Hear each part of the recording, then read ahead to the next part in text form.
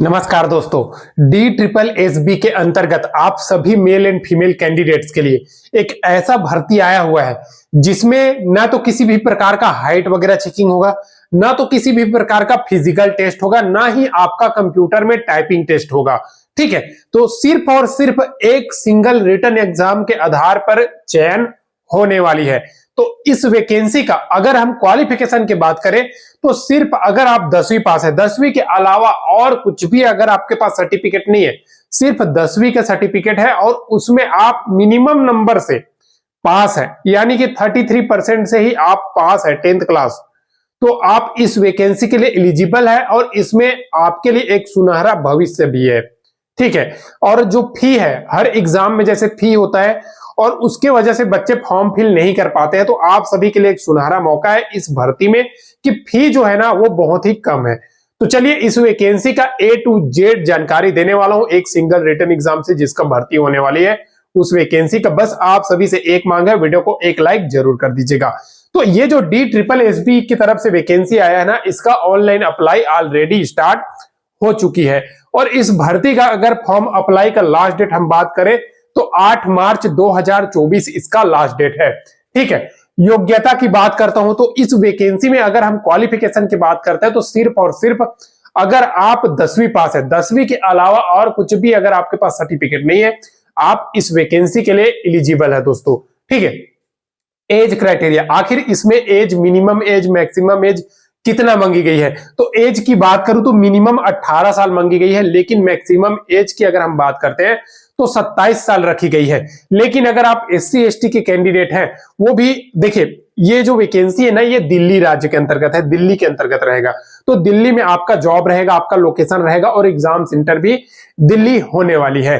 देखिए, अगर आपको SC ST हो तो 5 साल की एज में छूट मिलेगा, लेकिन OBC हो तो 3 साल की छूट मिलेगा। देखिए दोस्तों, ये दिल्ली स्टेट की वैकेंसी है, तो OBC के लिए आप अगर दिल्ली के कैंडिडेट हो तभी आपको एज में छूट मिलने वाली है। ठीक है, फी की बात करूं, अगर इसमें आपका फी कितना लगेगा तो देखिए, जनरल OBC EWS का 100 रुपए है, SC ST का 00 रुपए फी है और साथ ही साथ जो PH कैंडिडेट यानी कि हैंडीकैप कैंडिडेट यानी कि PWD कैंडिडेट है उनका भी फी 00 है और एक सर्विसमैन कोटा के कैंडिडेट उनका भी फी इस वैकेंसी में 00 है।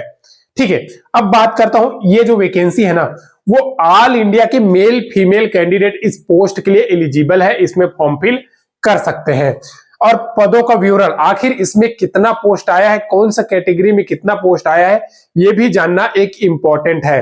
ठीक है, साथ ही साथ आपको इसका तैयारी कैसे करें वो भी जानना बहुत ही बड़ा इंपॉर्टेंट है। ठीक है, तो देखिए, पदों के विवरण अगर हम बात करते हैं तो जनरल कैटेगरी के अगर आप कैंडिडेट हो तो 253 पोस्ट है, OBC के कैंडिडेट हो तो 183 पोस्ट है दोस्तों, SC के कैंडिडेट हो तो 31 पोस्ट है, ST का हो तो 40 पोस्ट है, EWS का कैंडिडेट हो तो अगर आपका लिए 60 पोस्ट है। टोटल अगर हम बात करते हैं तो 567 पदों पे भर्ती आई हुई है और इसका नोटिफिकेशन ऑनलाइन अप्लाई सबको जारी हो चुका है दोस्तों। देखिए, DSSB एक ऐसा एग्जाम कराता है जिसमें देखिए आपका जो सिलेक्शन है ना वो बहुत ही फास्ट हो जाती है।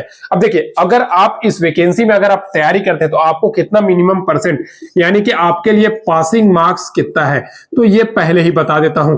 ठीक है, तो पासिंग मार्क्स की अगर हम बात करते हैं तो जनरल EWS कैंडिडेट को आपको 40% मार्क्स लाना पड़ेगा, OBC के लिए 35% मार्क्स लाना पड़ेगा, SC ST और PH और एक सर्विसमैन कोटा के कैंडिडेट को 30% मार्क्स लाना पड़ेगा, जितना भी आपका सिलेबस है उसके आधार पे। अब देखिए, इसका अगर आप तैयारी करना चाहते हो इस वैकेंसी का तो तैयारी कैसे करें, तो आपके लिए एक बेस्ट बुक मैं बता देता हूं। तो अगर आप DSSB यानी कि दिल्ली अधीनस्थ सेवा के अंतर्गत जॉब लेना चाहते हो तो आपके लिए संपूर्ण स्टडी गाइड मैं आप लोगों को बताने वाला हूं जो चक्षु पब्लिकेशन के तरफ से है।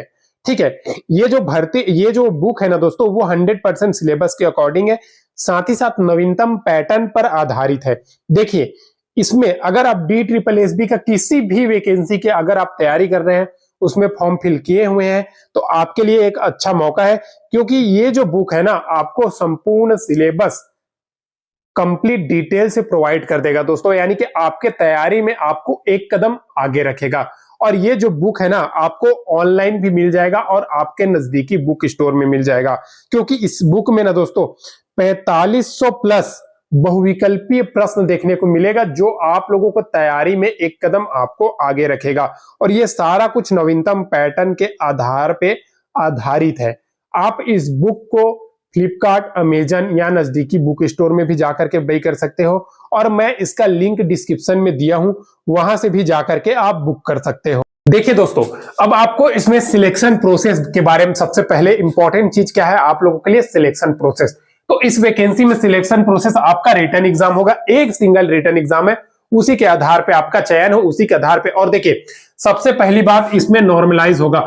क्या होता है दोस्तों, कई शिफ्ट में जैसे 2-3 दिन का तक एग्जाम चला और कई शिफ्ट में एग्जाम है, तो क्या होता है कई जगह पे क्या है हार्ड हो जाता है क्वेश्चन, किसी दिन का थोड़ा नॉर्मल होता है, किसी दिन का मॉडरेट होता है। तो आप लोगों को बता दूं इसके लिए नॉर्मलाइज होता है, तो 2018 के नियम के आधार पे इसमें नॉर्मलाइजेशन रखी गई है। तो ये एक अच्छा चीज है, क्योंकि अगर आप 40 नंबर भी लाते हैं तो बढ़ के वो 48-50 ऐसे हो जाता है। अभी रेलवे में भी ऐसी होता है नॉर्मलाइज, जो इतने भी अभी एग्जाम दिए होंगे प्रीवियस ईयर में, तो उन लोगों को सबको पता होगा दोस्तों।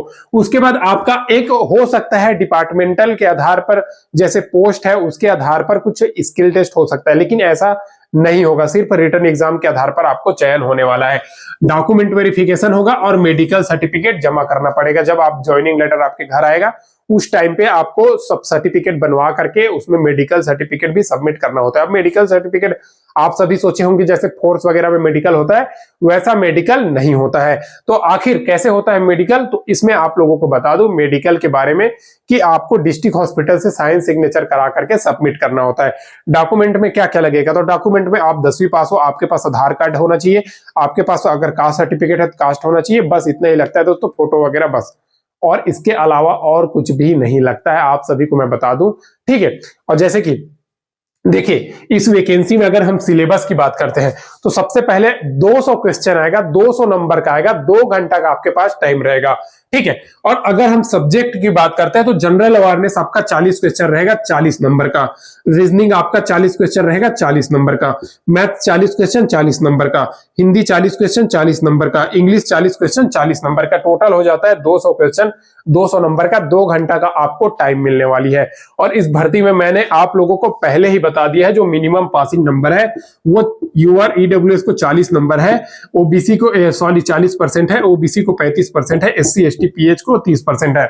आप लोगों को सभी को तो परसेंट निकालना आता ही होगा, तो 200 का 40%, 35%, 30% एक बार निकाल करके चेक कर लीजिए, क्योंकि देखिए ऐसा भर्ती बार बार आप लोगों को नहीं आता है। अब आप लोग पूछेंगे कि इसमें जॉब लोकेशन, तो पहले ही मैंने बता दिया दिल्ली है इसका जॉब लोकेशन, ठीक है। आपका एग्जाम सेंटर भी दिल्ली है और साथ ही साथ पोस्ट यानी कि पद का नाम क्या है ये भी आप सभी को जानना बहुत जरूरी है।